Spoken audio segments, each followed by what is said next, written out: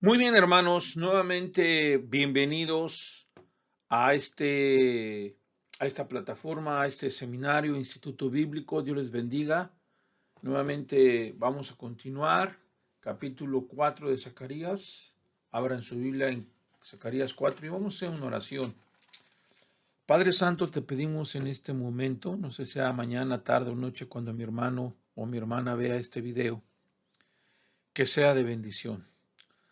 Ayúdanos a entender la profecía bíblica correcta, sana, de este capítulo y de estos capítulos, porque es un libro a veces complicado, difícil para interpretar, pero que demos la mejor interpretación, la correcta. Ayúdanos y bendícenos, Señor, en el nombre de Jesucristo. Amén.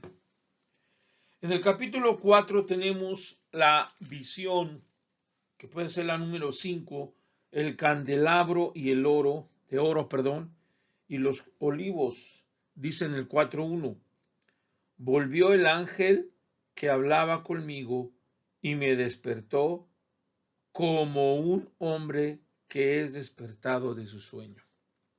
Esto nos, esto nos tiene varias enseñanzas muy buenas. Vamos a verlas.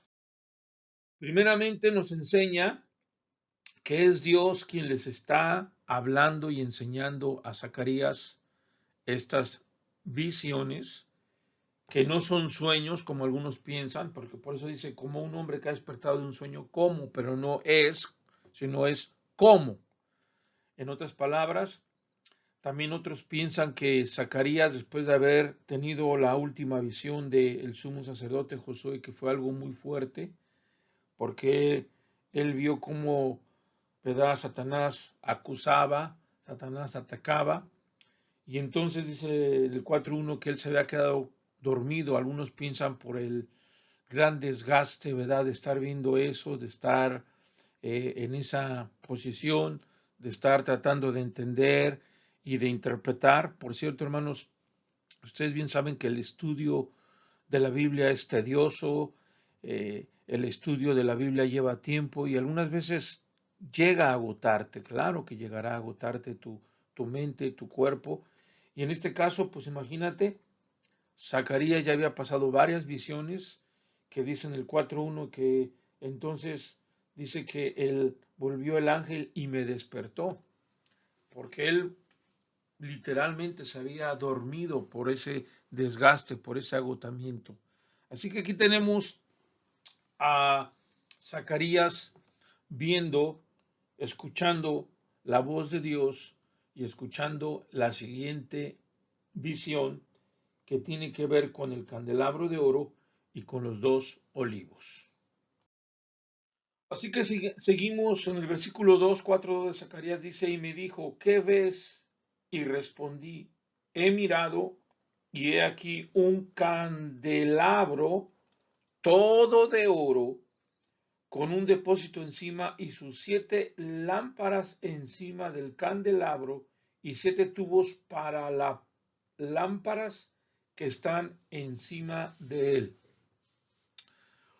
Hay varias interpretaciones, pero creo que una de las más correctas es que esta interpretación se refiere, claro, al templo de Jerusalén, que es donde estaban los candelabros, es donde había, se dice que había dentro del templo de Salomón varios candelabros, si no mal recuerdo eran creo que también 7, pero dice aquí que había un candelabro de todo de oro, y también lo dice aquí claramente eh, que era un oro, y el oro que se estaba hablando aquí era un oro puro, porque dice todo de oro. Ese todo de oro tiene referencia o tiene que ver con la pureza, con la que era macizo, que era de lo mejor de aquella época. Y el número 7 pues nos habla de la perfección, ¿verdad? Pero también se dice que cada mechero, por llamarlo así, ¿verdad? El candelabro, perdón, tenía 7 mecheros, 7 mechas, lo cual nos habla también de la intensidad con la cual ese candelabro brillaba, alumbraba. Y si tú quieres, hermano, pues ahí podemos dar una aplicación o hablar de que Dios quiere que alumbremos a la perfección como Él es y como Él alumbra a la perfección. Pero aquí esto se refiere pues a que Dios le está revelando a Zacarías algo que va a suceder o que va a pasar, ¿verdad? En este caso con el templo o en el templo de Jerusalén. Pero nos habla también de esa ilustración tan bonita, ¿verdad? De las lámparas que había dentro, tanto también recordemos en el tabernáculo, en este caso en el templo. ¿Y para qué servían? Servían para alumbrar. Pero se dice que este era un trabajo arduo, un trabajo tedioso, un trabajo diario de el obrero del Señor, en este caso de los sacerdotes, de limpiar, de rellenar. Pero aquí nos habla que había un depósito encima y sus 7 lámparas encima del candelabro y 7 tubos para las lámparas que estaban encima de él, ¿verdad? Y después vamos a seguir hablando y dice, junto a él 2 olivos, de eso hablaremos en un momento más. Continuando con la interpretación o con lo que dice en el versículo 3 del capítulo 4, dice, y junto a él, o sea, el candelabro, que era lo que alumbraba, ¿verdad? 2 olivos, el uno a la derecha del depósito y el otro a su izquierda. Esto nos dicen algunos comentaristas, ¿verdad? Que servían para alimentar, retroalimentar en este caso, de aceite puro a este candelabro. La pregunta es, ¿quiénes son estos 2 olivos? ¿Verdad? Podríamos hacernos esa pregunta y decir, ¿quiénes son? Bueno, con referencia a esto, tengo un comentario de un pastor que he estado utilizando, un hermano, ¿verdad? Diestro en estos de profecía, de escatología, el hermano pastor Felipe Ruiz, y él dice que con referencia a los 2 olivos, su interpretación es que se refiere a los 2 ungidos. Acuérdense que habla de aceite, entonces en este caso ungidos como Zorobabel y Josué, que sabemos que son los que ayudaron en la reconstrucción del templo, ¿verdad? De Jerusalén. Y como se aclara en el versículo 14, y estos 2 ungidos que están en el del Señor de toda la tierra, a esta visión acerca de las significaciones mesiánicas de Zorobabel y Josué. Se esperaban 2 ungidos, un Mesías de Aarón, es decir, un Mesías sacerdotal, y otro Mesías de Israel, es decir, un Mesías real y davídico, de la descendencia real de David, ¿verdad? Pero de hecho, en la plenitud de los tiempos, los 2 poderes, real y sacerdotal, serán unidos juntamente en la persona de Cristo Jesús. Así que a estos 2 testigos se refiere a Zorobabel y Josué, que son los que, ¿verdad?, ayudan, en este caso, a la reconstrucción del templo de Jerusalén. Así que estos 2 olivos, hermanos, que son esos 2 testigos, que también más adelante vamos a ver que están en Apocalipsis 11, quiero también ahora mencionar que dice el versículo 4, proseguí y hablé diciendo al ángel, a aquel ángel que hablaba conmigo, ¿qué es esto, Señor mío? Él no entendía, ¿verdad? Y el ángel que hablaba conmigo respondió y me dijo, ¿no sabes qué es esto? Y dije, no, Señor mío. Entonces él respondió y me habló diciendo, esta es la palabra de Jehová a Zorobabel, aquí lo especifica versículo 6, que dice, no es con ejército ni fuerza, sino con mi espíritu, ha dicho Jehová de los ejércitos. Hemos dicho que este candelabro, ¿verdad?, de una manera maravillosa y sobrenatural será alimentado, será su... dice aquí claramente que tiene 7 lámparas encima del candelabro y 7 tubos de lámparas que están encima de él para alimentarlo, para que cada día le estén esa provisión. Y nosotros sabemos que el aceite en el Antiguo Testamento es un símbolo del Espíritu Santo. Así que estos hombres, ¿verdad?, como dice nuestro hermano Felipe Ruiz, Zorobabel y Josué, el príncipe y el sacerdote, estaban dotados de dones y de gracia del Espíritu Santo. Creemos eso y lo dice también el 6, y es lo que Vemos aquí el simbolismo. Vivieron al mismo tiempo y ambos fueron instrumentos en la obra y servicio de Dios. Los oficios de Cristo como Rey y sacerdote fueron prefigurados por ellos. Podemos decir eso también. De la unión de estos dos oficios en su persona de Cristo, ¿verdad? Dios y hombre, se recibe e imparte la plenitud de la gracia. Ellos edifican el templo, en este caso edificaban el templo, es lo que hace Cristo espiritualmente, edificar, ¿verdad?, en nosotros. Así que es una bonita profecía que se cumple, sabemos nosotros, cuando Zorobabel y Josué van y reconstruyen el templo, pero también nosotros sabemos, hermanos, que esta es la obra que Cristo hace, y va a ser en aquellos que todavía no lo ha hecho, pero va a ser en los creyentes.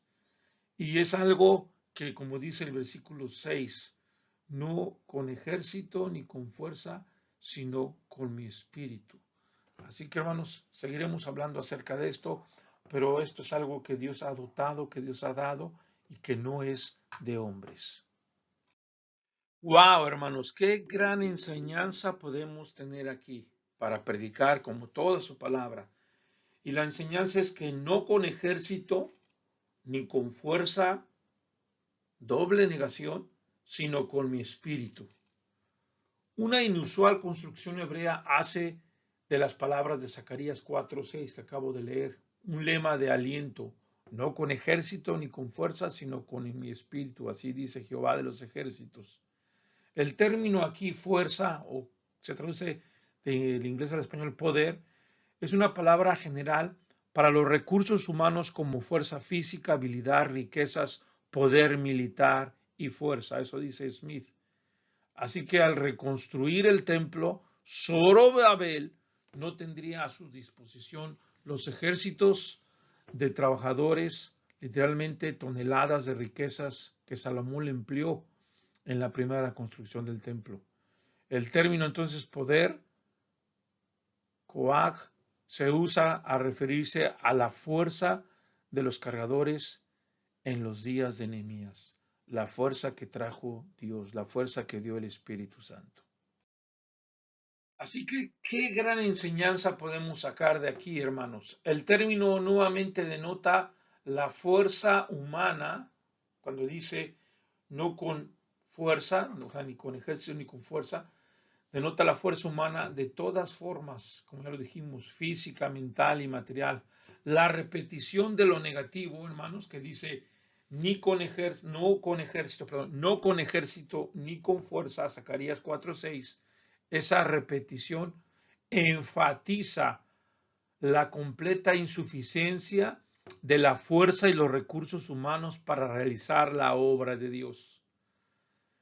Si los recursos humanos fueran completamente inadecuados para realizar la obra de Dios, el Espíritu Santo sería o es, ¿verdad?, suficiente. La segunda mitad del eslogan introduce mediante una enfática frase expresiva o restrictiva el punto de la conexión de la visión de esto es: el candelabro fue alimentado con el aceite, no por la mano de hombre, y lo vemos ahí, sin esfuerzo humano. De modo que el templo no sería reconstruido por la fuerza de las manos de Zorobabel, sino por el Espíritu de Dios.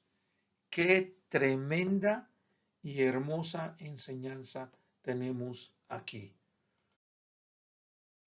¿El recurso es necesario? Sí, pero no el recurso humano. En estos días, hermanos, he estado compartiendo de la palabra de Dios con unos hermanos misioneros en Cuba. Y si tú vieras, hermano, cómo viven estos hermanos en Cuba, o si yo también viéramos todos, no tienen ni la, no sé, ni la décima parte de lo que tú y yo poseemos, ni un 10%, y están haciendo grandes cosas, pero rectificó, Dios está haciendo a través de ellos. Hermanos, nuestra obra no es nuestra obra no es en nuestra fuerza en nosotros, sino siempre dependiendo y confiando en Dios. Acuérdate de eso. Es Dios el que hace la obra. Y quiero leer lo que dijo Spurgeon y Smith aquí. El recurso necesario para la obra de Dios es el Espíritu Santo. Amén, hermanos, solamente. Y Dios promete a Zorobabel un rico recurso en el Espíritu de Dios para completar su obra, ¿verdad? Cuando confiamos en nuestros propios recursos, ya sea que sean pequeños o grandes, ante los ojos del hombre, entonces no disfrutamos la completa provisión del Espíritu. Y dice Spurgeon, oh, que Dios nos mande pobreza y se lleve nuestro poder de la palabra. Sí, así debe de ser. Y nos ayude únicamente para tartamudear, si es que así solamente obtenemos bendición. Oh, deliro el ser útil hacia las almas y todo lo demás puede ir a donde quiera ir. Hermanos, cuando aprendamos a depender totalmente del Espíritu de Dios, de la llenura del Señor, y qué bonito es poder decir esto, qué bonito es poder ser guiados y controlados.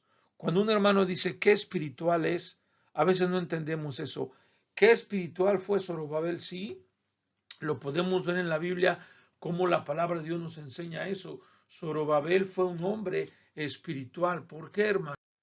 Ve, por ejemplo, hermano, conmigo en Esdras capítulo 1, donde dice la Biblia claramente en el 1:5, entonces se levantaron los jefes de las casas paternas de Judá y de Benjamín y los sacerdotes y levitas, todos aquellos cuyo espíritu despertó Dios, el espíritu de Dios trabajando para subir a edificar la casa de Jehová, la cual estaba en Jerusalén. Uno de esos espíritus que Dios despertó fue el de Ciro, que Dios quebrantó, y después también el de Zorobabel, y después el de Josué, y de todos estos hombres que subieron, claro, también el de Esdras, de todos estos hombres que subieron a reconstruir, a construir, ¿verdad? Ese templo que estaba todo, pues quemado, tirado, estaba en montones, estaba ahí destrozado, ¿verdad? Solamente cenizas. Por eso, hermanos, qué bonito lo que dice Spurgeon, ¿verdad? ¿Qué más diéramos que no somos nosotros, que no es nuestro poder, no es nuestra palabra, que fuéramos tartamudos? Porque entonces así confiaríamos más plenamente en lo que Dios hace. Hermanos, la obra de Dios está completa cuando la provisión es del Espíritu Santo, es del Señor. Confiemos en el Señor y seamos guiados, controlados por el Espíritu Santo. También hablando acerca de estos dos olivos, quiero decir que Cristo no es solo el Mesías, es el ungido mismo, sino el buen olivo para su iglesia y recibimos de su plenitud. ¿Ves la ilustración? También puede tener un cumplimiento futuro esto de los dos testigos en Apocalipsis 11, donde varios creen que es Enoc y Elías, que nunca vieron muerte, o también Moisés y Elías, que tenían poderes iguales a los testigos descritos en Apocalipsis 11. Así que esta es la interpretación de estos dos olivos, pero una bonita aplicación, hermanos, es dejemos que Cristo, ¿verdad? Su Espíritu Santo sea el que nos llenémonos de Él y que eso nos controle. Y eso va a ser algo que solamente Dios puede hacer y que Dios pueda transformar en nosotros, hermanos. Dios bendiga su palabra. Continuando, hermanos, dice el versículo 7, 4:7 de Zacarías, ¿quién eres tú, oh gran monte? Preguntándose, ¿verdad?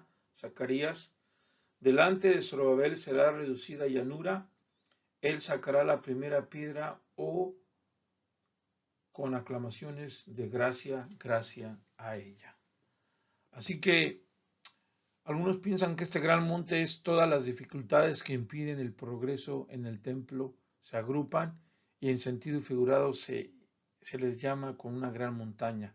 Estas dificultades probablemente incluyen la falta de recursos, la falta de mano de obra, ¿verdad? Esa montaña ósil sería arrastrada al tesoro Babel. La construcción en hebreo es dramática y enfática. Antes de Zorobabel, ¿verdad? Y después vemos cómo el lenguaje asume que Zorobabel continuará con el trabajo de gran manera, ¿verdad? Agresiva. Pero también otros piensan, ¿verdad?, que este gran monte pudo ser o puede ser, ¿verdad?, haber sido literalmente la montaña de escombros en el sitio del templo. El escombro sería removido y la obra se llevaría a cabo.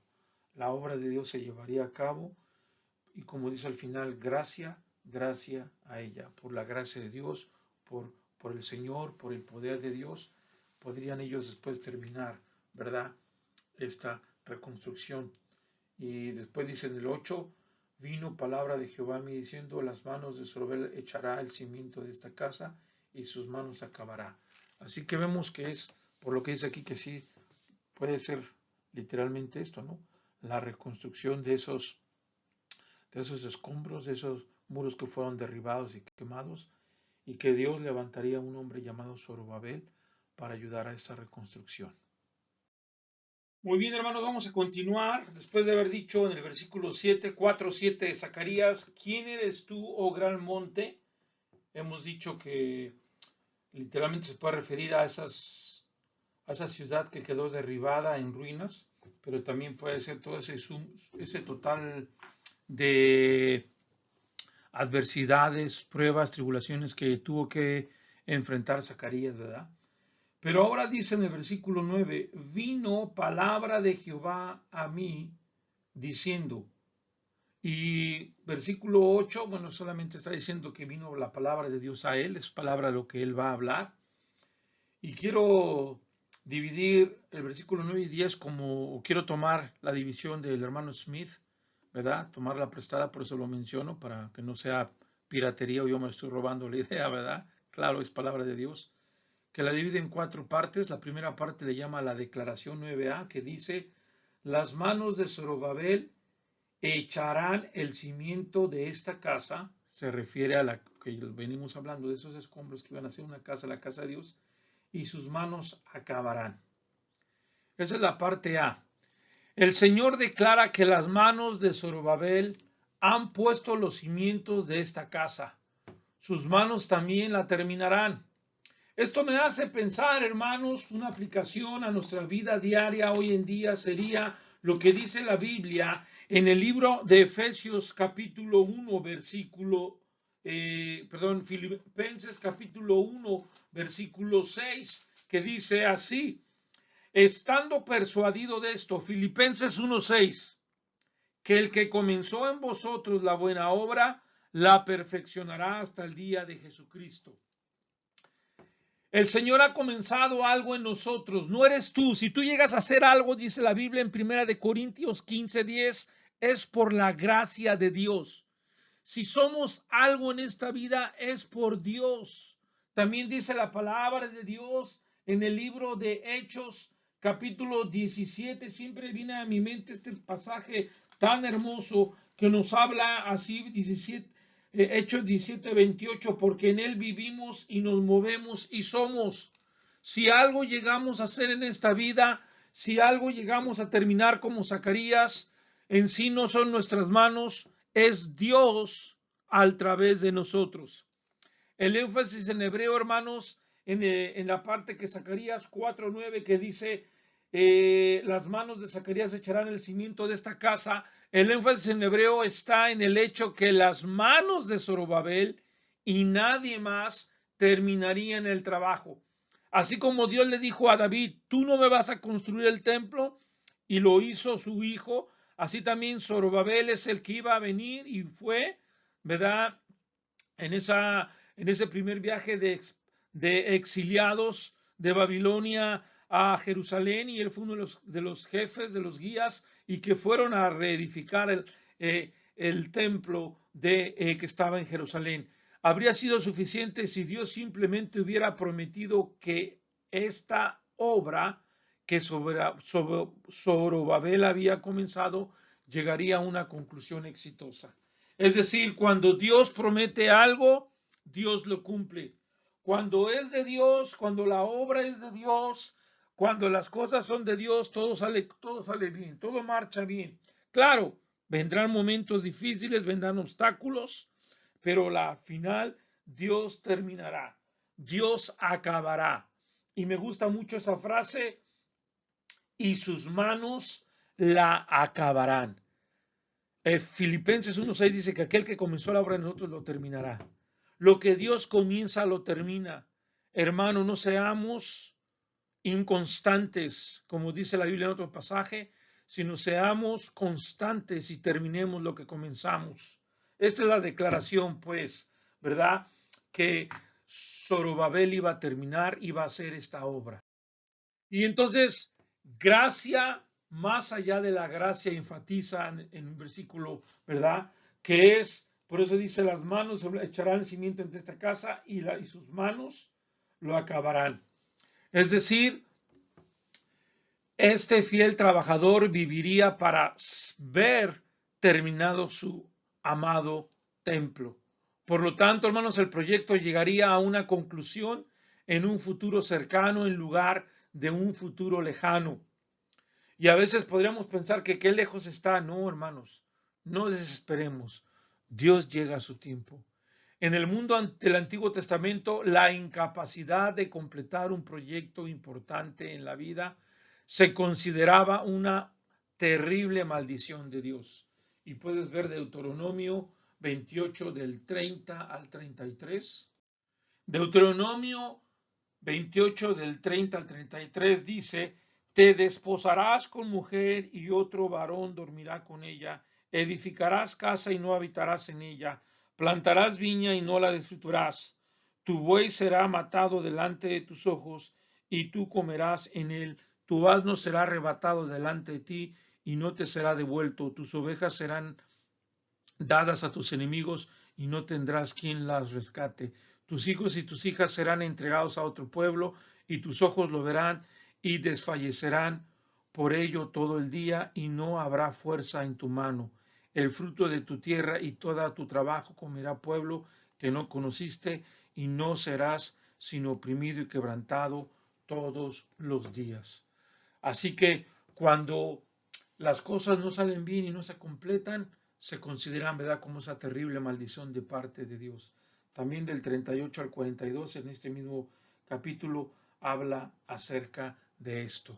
Pero hermanos, regresando a nuestro punto, ¿verdad?, hablando de esta declaración que él iba a terminar esta construcción. Después tenemos en el 4b la vindicación. Dice el 4b, y conocerás, nota ese futuro y esa profecía y esta palabra, y conocerás, Zacarías 4:9, que Jehová de los ejércitos me envió a vosotros. La fórmula de reconocimiento tan común en este libro se adjunta a la promesa a contemplar con éxito la obra del templo. Entonces sabrás que Jehová de los ejércitos me ha enviado. La finalización, ¿verdad?, de la construcción de este templo la reivindicaría el mensaje de Zacarías, según Baldwin dice, o la misión del ángel de Jehová. Pero sabemos, hermanos, que esta gente iba a conocer que Jehová lo había hecho tras ver las maravillas y a pesar de todas las adversidades que Dios lo iba a hacer. Dios, su espíritu, no el hombre. El hombre es solamente un instrumento. Pasamos al 4:10 y el 10 lo dividimos en dos partes, como dice nuestro hermano Smith, comentarista, ¿verdad?, teólogo. Porque los que menospreciaron el día de las pequeñeces se alegrarán y verán la plomada en la mano de Zorobabel. Estos 7 son los hijos de Jehová que recogen toda la tierra. La primera parte, hermanos, es como una pregunta retórica y saca a la luz una de las dificultades que enfrentaba Zorobabel en su ministerio de la reconstrucción, o en este caso de la construcción del templo. Porque ¿quién ha desaparecido el día de las pequeñeces? Perdón, ¿quién ha despreciado el día de las pequeñeces? Porque, pues ya es lo que dice aquí, porque los que menosprecian el día de las pequeñeces. ¿Quiénes habían despreciado este día? este día de las pequeñeces. Hermanos, toda gran obra para Dios comienza pequeña. Así dice Smith. Quizás solo como una visión en la mente de una gran alma de fe. En la época de las pequeñas cosas, los críticos son numerosos y los quejumbrosos son viciosos. Y eso podemos decir, hermanos míos. Así que, hermanos, las pequeñeces, Dios utiliza lo pequeño, lo vil, lo perniquebrado, dice Primera de Corintios 1, para avergonzar a lo sabio, a lo grande y para quebrantar la arrogancia. En el trabajo del reino, hermanos, todo soñador se enfrenta al ridículo, que sea ridiculizado, todo hacedor a la burla. ¿Cuántas veces podemos ver en Nehemías y en Esdras no fueron ridiculizados, se burlaron de ellos, del mismo Señor Jesucristo? 1000 veces escuchará a los expertos opinar que el sueño es imposible de hacer, el trabajo imposible. Viene a mi mente, hermanos, aquí una pauta quiero hacer, viene a mi mente cuando yo tenía 20 años, ¿verdad? Y quería ir al seminario de Estados Unidos. Y yo me acuerdo que hubo muchas personas que dijeron, no, no vas a terminar, no, no vas a poder, no tienes dinero, no, tú eres mexicano, no, tú no sabes inglés. Y eran muchas trabas. Yo me puse en las manos de Dios y Dios abrió y quitó todas esas trabas. Por su gracia, hermanos. El trabajo imposible, Dios lo hace posible. ¿Es posible hacer el trabajo imposible? Claro que lo es. A pesar de tales detractores, Zorobabel siguió adelante con su trabajo, con la ayuda de unos pocos cuyos corazones Dios había tocado. Y lo leímos en Esdras capítulo 1. Dios había tocado, Dios había sacudido. La gloriosa terminación del templo avergonzaría a todos los que se burlaron de los magros comienzos de la obra. Así que, hermanos, por eso no nos burlemos y no pensemos que si empezamos con algo pequeño no pueda llegar a ser grande. Dios bendice lo más pequeño y las cosas más insignificantes para Él son importantes. Y Él, de una decisión pequeña, puede traer una gran bendición. Lo vemos en Lucas capítulo 5, como ese día que Pedro tomó la decisión de ir y bogar más adentro, y quién iba a decir la gran pesca que iba a tener. A veces nosotros, hermanos, hemos venido a España o hemos ido a otros países de misioneros y a veces no pensamos así. Pero la obra no es tuya, la obra de Dios. La fuerza y la lucha no es tuya, acuérdate, es del Espíritu Santo. Dejemos que Dios haga la obra. Dejemos que Dios haga el trabajo. Dejemos que al final de todo, ¿verdad? No menospreciemos las pequeñeces, porque al final van a ser de gozo, de alegría y van a ser de gran bendición. Y para terminar el versículo 10, la parte B, es la revelación. Mientras los críticos se burlaban de los esfuerzos de Zorobabel, dice Smith, ¿verdad? El Dios viviente miraba con gozo el progreso de la obra. Y así es, hermanos, a lo mejor ahora donde tú estás, en cualquier parte del mundo, a lo mejor la gente piensa que porque no hay muchos números o no hay mucha gente, no estás haciendo una buena obra. ¿Cómo se atreven los escépticos a continuar con su campaña de burla? Zacarías se refería a estos, dice 7, que se regocijarán. El intérprete estos 7 como los ojos de Jehová que corren de un lado a otro de toda la tierra. La idea aquí, hermanos, es que los ojos de Dios vagan, ven, visualizan, observan por toda la tierra en busca de aquellos que estén dispuestos a arriesgarlo todo, a ser audaces, ¿verdad? Expresiones de fe.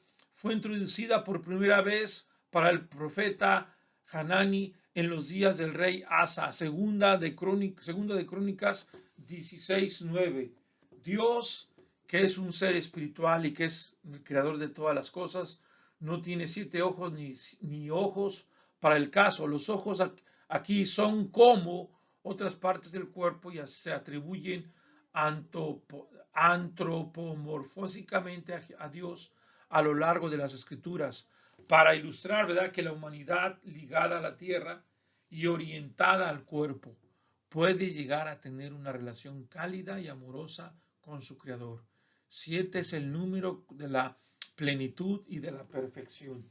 Y dice, estos 7 son los ojos de Jehová que recorren toda la tierra. Dios, ¿verdad? Su revelación, observando y mirando y viendo quién puede ser, ¿verdad? Y observando y cuidando y controlando todo lo que pasa. Así que los 7 ojos de Dios simbolizarían su perfecto conocimiento de todo lo que sucede en esta tierra. Para exponer el asunto en términos teológicos, Dios es omnisciente, o sea, todo lo sabe. Él sabe tus pensamientos. No solo conoce el trabajo de Zorobabel que había emprendido, sino que se regocija en cada avance de este trabajo. Específicamente, los 7 ojos de Dios se regocijan cuando ven la caída en picada de la mano de Zorobabel. ¿Verdad? La caída en picada en la mano de Zorobabel. Así que Dios está en control, Dios observando, Dios viendo todo y Dios es con nosotros. ¿Quién contra nosotros? Bueno, vamos a concluir los últimos versículos del 11 al 14. Zacarías no entendía, dice la Biblia, hablé más y le dije, ¿qué significan estos dos olivos a la derecha del candelabro y a su izquierda? Ya lo había explicado, ya le había dicho, ¿verdad? Seguía sin entender. Zacarías todavía no entiende el significado de los olivos de esta quinta visión. Por lo tanto, preguntó, ¿qué son estos dos olivos del lado derecho y del lado izquierdo del candelabro o del candelero? A esta pregunta general el ángel no respondió. El silencio tiene un lugar en la pedagogía. El alumno entusiasta percibirá el silencio en su maestro que no ha formulado con precisión su pregunta. Zacarías reformuló su pregunta. Vean lo que dice más adelante. Hablé aún de nuevo, versículo 12, y le dije, ¿qué significan las dos ramas de olivo? Ahora ya dice las dos ramas, en la otra dice dos olivos, ahora dice las dos ramas de olivo que por medio de dos tubos de oro vierten de sí aceite como oro. Versículo 12. ¿Qué son estos dos olivos del lado? Eso no entendía, lo vuelve a redirigir y dice que son estos dos ramas de olivo que por medio de los dos surtidores vacían el oro sobre ellas. Dos boquillas conectadas a las fructíferas ramas de olivo del cuenco o depósito del candelero. Así que vuelve a reformular, no entendía, hermanos. Pero el aceite entonces de oliva transparente que fluye a través de picos dorados puede parecerse al oro líquido, al oro que decíamos macizo, bueno, que después se hace macizo y que es puro. Aparentemente las aceitunas de los árboles se procesaron automática y milagrosamente en aceite. El aceite luego accedió al candelero por medio de los surtidores de oro, como dice el 4.12a. El ángel respondió a la pregunta de Zacarías con una pregunta. El significado simbólico de las ramas que vertían aceite en el candelabro debería de haber sido obvio para el profeta. Los estudiantes en general, hermanos, incluidos los profetas, prefieren que un maestro dé una respuesta rápida que dedicar tiempo a analizar las posibilidades y reflexionar sobre las probabilidades. Incluso aquellos que tienen hambre espiritual o a menudo son intelectualmente perezosos. Zacarías confesó humildemente su ignorancia del significado de las ramas y de los árboles que crecían. En el versículo 12, y por eso dice, ¿qué significa esto? Bueno, las ramas del olivo, explicó el ángel, son los dos ungidos, literalmente hijos de aceite, del aceite. Es lo que significa. En el versículo final dice, estos son los ungidos que están delante del Señor. Literalmente, estos son los hijos del aceite. El sumo sacerdote Josué ciertamente era ungido, ocupó un lugar destacado en la cuarta visión que vimos. El segundo hijo era el aceite, es probablemente, o no, es más bien, Zorobabel ya lo dijimos, Si bien es dudoso que el gobernador se hubiera sometido a una ceremonia de unción, en realidad era descendiente del rey David. Entonces debería de haber sido ungido. Por tanto, Zorobabel era el representante de la familia real y sabemos que Josué era el representante de la familia sacerdotal y el texto evita nombrar individuos para no eliminar la explicación de la visión a personalidades específicas.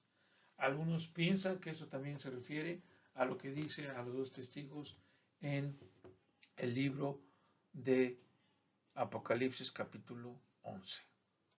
Y podemos concluir que esos dos testigos, la idea aquí es que Josué y Zorobabel eran siervos del Altísimo, que estaban disponibles para cumplir los deseos de su rey, y al mismo tiempo estos líderes tenían acceso a Dios en nombre de las personas que representaban. A través de estos siervos especiales, Dios llevó a cabo su obra en la tierra. A través de ellos satisfizo las necesidades de su pueblo. Si las ramas de olivo representan a Josué y Zorobabel, en particular, los árboles deben representar los oficios reales y sacerdotales. Estos dos oficios empoderarán al pueblo de Dios para dar su luz de testimonio en el mundo. En Cristo, hermanos, se combinaron los dos oficios, como lo dijo el hermano Felipe, anteriormente lo dije, sacerdotales y reales. Se dicen que los cristianos son tanto reyes como sacerdotes debido a su relación con Cristo y debido a lo que también dice Pedro, ¿verdad? Que venimos de este linaje y que somos del real sacerdocio. Así que, hermanos, Dios bendiga su palabra y cualquier duda estamos para servirles. Que tengan un buen día. Bendiciones.